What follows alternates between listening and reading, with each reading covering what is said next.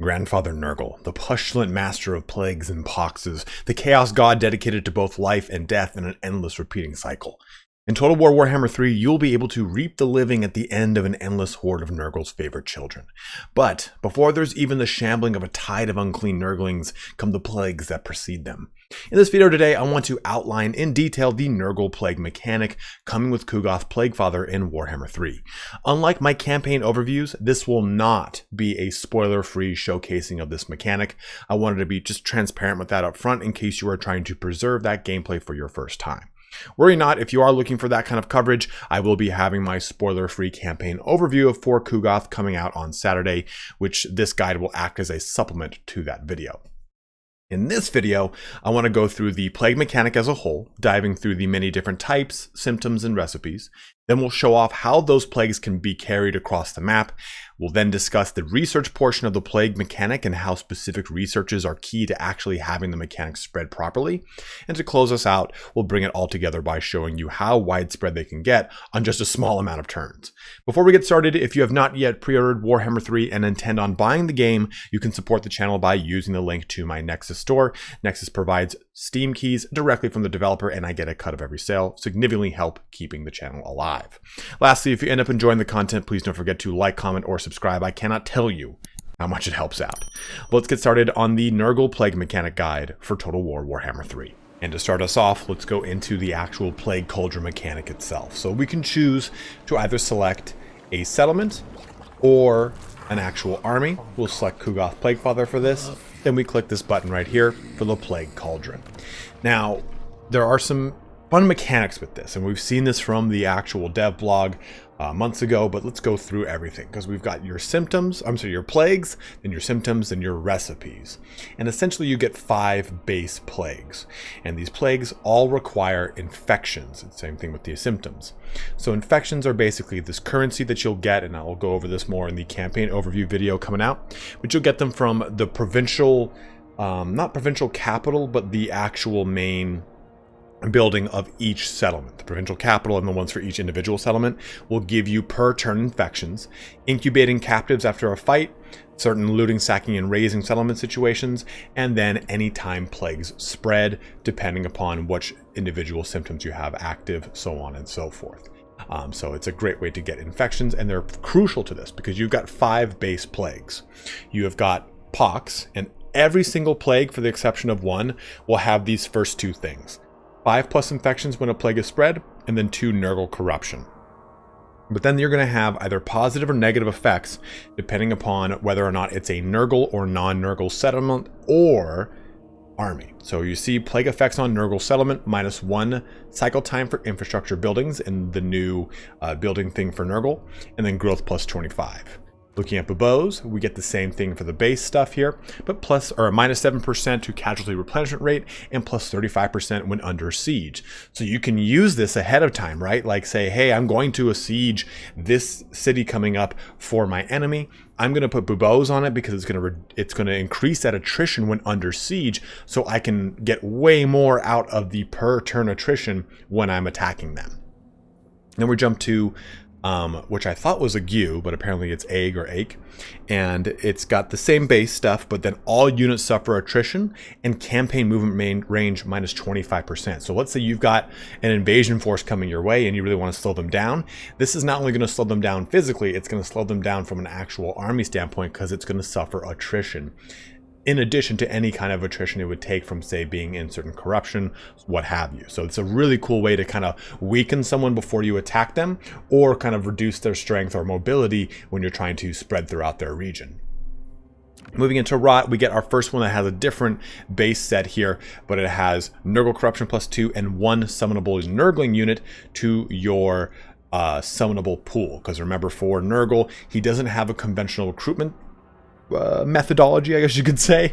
He summons in all the individual demon units into his army. They start off a little bit weakened and then they replenish in health. So this adds 1 to that pool for Nurgling. Then lastly, we have Palsy, which will give us -4 melee attack to any non-Nurgle army it infects. So the way this works is, of course, you just simply select one. Here, I'll just select Pox, and then you select a symptom, and they apply to the left and right. You can only have 2 symptoms active, and then it shows you the kind of plague you've concocted over here on the right side. It'd be cool if you could name it, but unfortunately you cannot.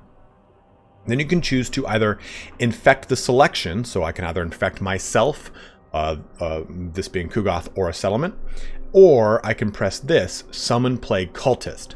Now, it's not 25 or 100 to infect those locations. That's the cost you're going to pay in addition to adding these additional symptoms in base plague. You can see that total here is 200 across the base and 2 symptoms and the summoning of a cultist. If I switch this to infect selection, you can see it jumps down just to a meager 75. And it's also because I'm infecting Kugoth, who gets a nice benefit to infecting things. So let's go ahead and click these and just remove them and take a look at symptoms themselves.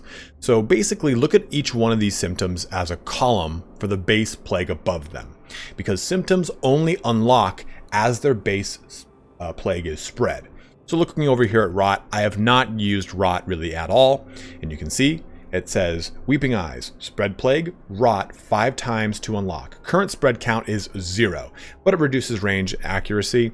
This one increases 5 more infections when plague is spread, and then this summons from beyond allows me to summon plague bearers. So if I want to get to this one, you can see it says 50 times that it requires me to use plague or rot itself to spread. And you might be thinking to yourself, man, that's a lot. This is really going to take me a long time to unlock a lot of these symptoms. I'm going to have to focus on one, and I won't probably be able to unlock any for a long time. Well, read this up here. Unlock new symptoms by spreading the base plagues. Plagues continue to spread after being created, and this will count towards unlocking new symptoms.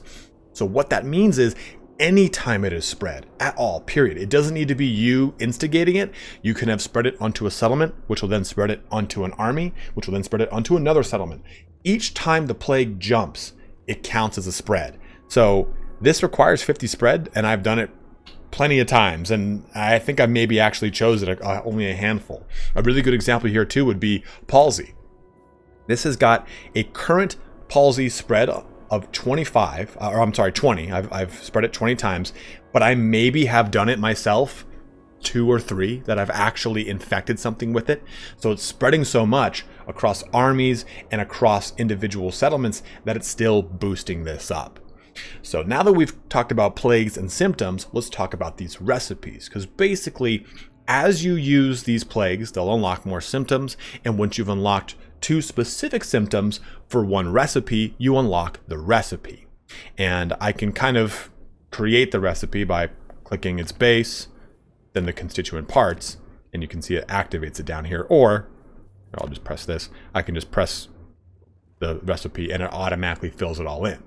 So the difference though with a recipe is that you get all the stuff from the base plagues and symptoms that you had otherwise, but you also get stuff from the recipe itself. So looking here, you can see that this base plague and symptoms in this recipe are pox, brain fog, and paroxysm, which will then lead to an additional plague duration of 5 turns, 4 more Nurgle corruption, and then a chance of spreading the plague by an additional 15%, and growth plus 50, on top of all of the other stuff that you get from those. It's a really nice way to jump into some pretty huge benefits, especially if we're talking about pox, to give you tons of benefits like growth and cycle time reduction for your home settlements. But just to kind of show off the other ones, you've got the Black Plague here. You've got Crumbling, again, egg or ague. I apologize for the mispronunciation. You've got Grim Shakes. And then the last one here is Nurgle's Rot. But just to show those off, I know a lot of you will want to see that. So this covers how the actual Plague Cauldron itself works. And like I've said, you can choose to either infect or summon a plague cultist. But let's now go into how to spread these plagues once you've created them, because the game is not very transparent on that portion. So crucial to the actual Plague Cauldron mechanic is obviously spreading those plagues. Let's go over that here real quick. So you can see across the map, I've got these 3 stinky looking skull things that are going on. That means that this location, and Kugoth all have plagues on them. And you can see it by hovering over the little plague icon. It shows us, and we know this plague icon from the Skaven. But you can see that we've got the Plague of Pox here and the Green Pox. We can only have 1 plague per location or army. this is just showing us that this has got the Plague of Pox and the recipe of Green Pox happening, which are all one plague. So if that kind of confused you, it's just to let you know that that's kind of where all of it's coming from. But also we can see here that he just simply has the Plague of Pox. So the real question is, how do you spread all this? And the game is not very transparent on it. To be totally honest, there's no way to get an idea of what a base percent chance to spread a plague is. There's nowhere you can hover over that says, hey, the base chance from this happening to this happening is 25%. Or if you hover over a location, it doesn't tell you, hey, there's an X percentage chance that this plague will spread here, because there are negative modifiers that exist for the enemy factions. They can have buildings that reduce the chance of plague spreading by like 50%. So you can't say, like I said, hover over that and see, oh, this tells me this has a likelihood of jumping or anything like that. So you just have to rely on stacking as much positive percentage as you can to get to some way, shape, or form a really good high percent chance to have it happen. So we're going to go over how you can do those things, how you can increase those percent chances of spreading plagues, or how you can even just make plagues happen. And I think the most overt way to do so, outside of obviously clicking this location and infecting it, like, I mean, that's kind of, that's the first one. But after you've infected someone or a location, you can have one army fight another. That will auto spread that plague. 100% chance will it jump to Kairos Fateweaver if Kugoth were to attack him right now. But what's cool about that is that actually explodes outward. So let's say Kugoth and Kairos get in a little tizzy, and Iron is there to be the reinforcement. Well, everyone involved in the fight, if they are not already plagued, will then become plagued. So Kugoth will have his plague that he'll transfer to Kairos, and then he'll transfer it also to Iron. And what that does is, it's going to enable you to have your plagues spread twice, your infection bonus for every time it happens, or any kind of what's it called, gold, but not foundation, this thing right here, this, your income, your favor, your favor will spread, and that'll trigger any of those additional plague things that happen when a plague spreads. So it's a really cool way to spread plague quickly and very easily. And once someone gets that plague, they have a chance to spread it to then that settlement that they go back to, or any other armies that they walk next to. And settlements themselves have a chance to spread amongst each other or to the next settlement or province right across, right here. So this Sunken Sewers can spread to the Vale of Nightmares, but it can't skip over to the Bleeding Spire. It has to go in succession to the closest province of all the provinces touching it, right? And then looking at the province itself, you can see that there are, for one, there's no buildings that will add to your plague spreading. There's none. But there is a commandment. So if I hover over this, we have Plague God's Pasture, chance of plague spreading plus 50%, and then plague duration plus 100%, which is huge. So obviously it's going to be great because they're going to last longer, and a lot of those plagues are going to be beneficial for your own settlements, as you've seen from some of the ones we took a look at. But having that chance of a 50% increase is very nice, because you can have them spread amongst themselves and then outwards out to other settlements around you. In fact, and you can see too which settlements are plagued right now. You can see they got the little icon right next to them. But in fact too, if I look at this events thing, it shows me which settlements receive plagues. So settlement receives plague, Glut Port, and then the Sunken Sewers, and then Stormrack Mount. Well, let's look over at Stormrack Mount. It just got a plague, and it has 8 turns remaining. Well, Glut Port, prior to me hitting this end turn button, had this same plague. So while you cannot get 2 different plagues, you can stack up turns of the same plague. Let's look over here at Glut Port. This now has 13 turns. So it infected Stormrack, but Glut Port also had infected Sunken Sewers in this turn too. And Sunken Sewers infected Glut Port in this turn as well, because they both had the plague prior to this. So you can have plagues spreading back and forth across each other, and that is stupid strong. It allows you to keep that plague going in your own lands, which is paramount, I'd say. but you can have a chance to jump across to the lands around you, which is very crucial because getting into to do that will increase your Nurgle corruption, and increasing your Nurgle corruption increases your growth, increases your control, and a bunch of other fun things, as well as making cults. Another really big way to spread a plague. Let's go ahead and press our province button up here, and we can see that we've got the plane of illusions, and that we can make a cult here. Let's click this and take a look. So we've got 4 cult buildings, which we'll cover in our campaign overview video. But the most important one for the extent of this video is Plague Cult Colony. A random plague will be given to this settlement, which will then destroy the cult. It takes 3 turns to make, but it's a way to kind of leapfrog, as you can see, my plague from where it would be over here, would slowly climb to here, then to here, then to here, then to here, then to here. Or I make a plague here and it spreads out from this in a nebula, right? So that's what you really want to have happen, is jumping these plagues to different locations. Because not only can you do it through the cult, but you can do it now through also the cultist. So I can choose either Kugoth or Stormrack. Let's just choose Kugoth for this example. And press the Plague Cauldron. We're going to just make any old plague, doesn't matter. And then we're going to summon a plague cultist. So this is the way that you can really force a plague onto a different location that you're either planning to attack or that you want to just start peppering for your eventual invasion. So I can then have him force this plague onto Kairos or over here onto a settlement by simply right clicking, and then I press plague or spread the plague. 100% chance of happening. He goes around and just coughs on Kairos, and that bird daddy gets it right in the face. So that is absolutely crucial, right? And this forces you to, or this enables you to force plagues into those regions that you thought you would not be able to get it otherwise. And simply Kairos being in this settlement, or I'm sorry, being in this, settlement was right. So in this region here of this settlement has a chance for him to spread it onto the actual city. Unfortunately, like I said, there's no way to tell yet. Maybe there will be transparency on this later in the game, because like I've said, guys, this is early access, so there is a chance that they could add this before the game launches, or maybe in the scant months afterward. But right now, I don't have any idea if there's an increased chance of Kairos spreading this plague when he's in the settlement versus being right next to it. So I would love to have more transparency on that, but we currently do not have that. And outside of those things, the other ways you can help spread plague are through the individual plagues themselves, namely recipes. We know that gives you an increased chance of spreading plague.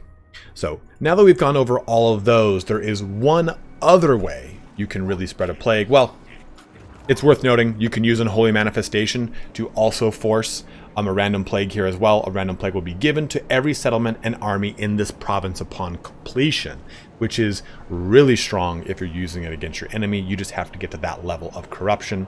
And I believe there's another one here, chance of spreading plague plus 30% for the blessing of Nurgle. So those are all the big crucial ways you can spread plague, but there's still one other way. So let's transition now into the research tree, the tech tree for Nurgle, because it really goes into a lot of different ways to spread plagues. So here we have the tech tree for Nurgle, and it's pretty much just like everyone else's, where there's something that bars you from jumping over into the next portion of it, but it's just simply a bunch of pockets of technology.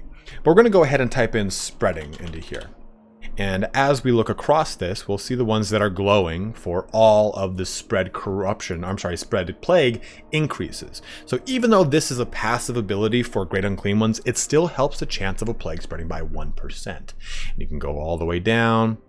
And there's some over here. Blight Boil is going to be 4%. I think this was like 5. Yeah, 5% here. And then I think there's one more for another 5. Another 5% right here. But what this does is it gives you a total of 18% more across all the technologies that increase your spread plague chance, in addition to whatever else you're doing, right? And that is absolutely crucial, is to ensure that you're getting as much of this as possible. And it is too worth noting that these will unlock individual plagues. Let's jump back into the Plague Cauldron, because I deliberately didn't talk about these. You have got these 5 plagues at the bottom, and they are the highly contagious, which is chance of spreading plague plus 20%. Very, very crucial, very nice. Pustulant, plague duration +3. So you can just simply have a super contagious plague, right? It's going to be 20% more contagious, and it's going to last for 3 more turns because I did this. Unfortunately, there's no recipe attached to that, so you can't say have these two together and a recipe, which would be an additional 15%, but it's neither here nor there. Nurgle corruption +6 for festering. Fever +150 total favor when plague is spread. Remember, like I was saying in that instance before, if I spread it to my own ally and then to an enemy combatant in a big reinforcement battle, that's going to net me an easy 300 favor. And that's something that's really big with Kugoth, is that he just gets tons of money from so many ways to increase income, especially because all of his buildings increase income. Getting ahead of myself. And then lastly, we've got Sores here, which gives casualty replenishment rate -7%. So you can see how research and technology are really, really great ways to help add to that plague spreading. And one thing I did not talk about in the last section are your campaign lord effects. You can see here that this Herald of Nurgle has got a contagious trait here, which is going to increase that chance of spreading a plague by 8%. And that is just particularly good here when it comes to trying to get the plague around the map. You can just simply use the actual lord itself, or in Kugoth's example, it's 15%. Oh my god. Minimize that to go all the way, jump to the bottom here. He's got 15% additional, and his infection cost reduction is 50%. So just the lords themselves can really help spread that.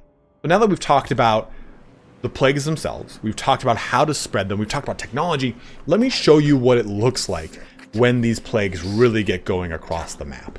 Jumping ahead, we've already done our fight with Kairos with these two, and they've spread the plagues to each other. These guys have got pox, and this guy's got pox. So this guy had gotten it and got it increased because he already had it. Like I said, they'll stack up, but they will not layer. Like, you can't have 2 different plagues. And I've got all my settlements, settlements in this province. I keep getting confused between settlements and province, are infected with the plague. But we have a technology called Plague Sight. Grants a line of sight when a plague is spread. Let's go ahead and just zoom out here.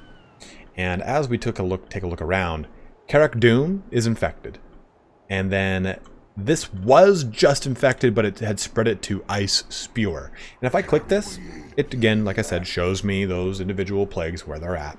But looking over here at the greenskins, I have infected everything in this location of Zorn Uzkul.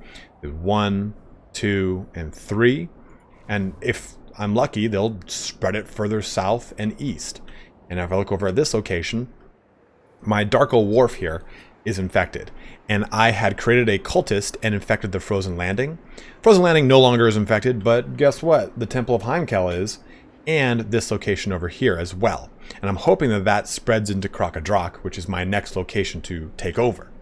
And looking over at my territory back over in this direction, I have my own little bro here who's helping me out. Another little faction, but I'm spreading into the Vale of Nightmares, into the Bleeding Spire, over here into the Gallows Tree. So it's spreading across the map very well, and this is really only turn 28. I've barely created enough to actually make them spread on my own. They've really been just spreading to the people I fight, and then they spread them back to their own settlements. So the only way to really kind of cut it off is destroying a location and hoping that it doesn't, like, someone doesn't bring it across that location and spread it to you. So what I would really love to see, and it's unfortunately not in the game right now, the closest way you can get to seeing where your plagues have spread is by looking at Nurgle corruption, because Nurgle corruption does give you plagues do give Nurgle corruption locations, right? So this gives you the closest approximation you can get of where roughly things are getting hit with Nurgle corruption from your plagues. But I'd love to see like a plague heat map, or something that shows me, like if I zoom out all the way, where the plagues are on the map, especially if I've got this thing that allows me to have sight on them, right? Because right now, as this plague spreads westward or north or east or south, I'll be able to see these lands kind of become unveiled by the plague. And the plague itself can jump way beyond what I'm doing right now. When the rifts open up, I can use those rifts to jump across, go into another location, and start spreading plagues. Because you saw, I could summon cultists directly onto Kugoth. So I go ahead, jump across, spread a plague onto Kugoth, have Kugoth fight some things over there, and that's when that plague starts spreading. Or I go and just fight an army in one of the Chaos Realms, and that spreads a plague. So what I would really love to find out, and this is something I've been wondering, I'm speculating on, I don't know if it actually can happen, and I have not talked off, enough content creators haven't told me it's happened, so I don't assume it can. But if you spread a plague to a location, let's just say Sylvania, and a caravan arrives there, can the caravan then get the plague and then take that plague back to Cathay with it? I don't know. I'm speculating that it can happen. It seems within the chance of possibility of it going down. But if that's true, that is such a crazy logistics way for the plague to spread across the map. So hopefully now you have a better idea of how the plague mechanic works for Nurgle. It is pretty straightforward. I'm not going to lie to you. It's not that layered and that deep, but it took me quite a bit of time to find all the little ways in which the plague could spread more and amplify it. Like I said, this is only turn 28 and we're already starting to spread out pretty quickly. So if you have any questions about the plague mechanic or Nurgle's overall campaign, go ahead and let me know in the comment section below. I do have my campaign summary coming out on Saturday, in which case I will be going over every little thing about Kugoth Plaguefather on a pretty high level and spoiler free. So if you want to see more about the game and not get spoiled, more about the campaign and not get spoiled, you would see it then on Saturday. Although this is turn 28, this barely spoiled anything for you, but still it was a bit of a warning up front. But as always, guys, thank you so much for watching here today. Don't forget to comment, like, and or subscribe. But have a good one and take care.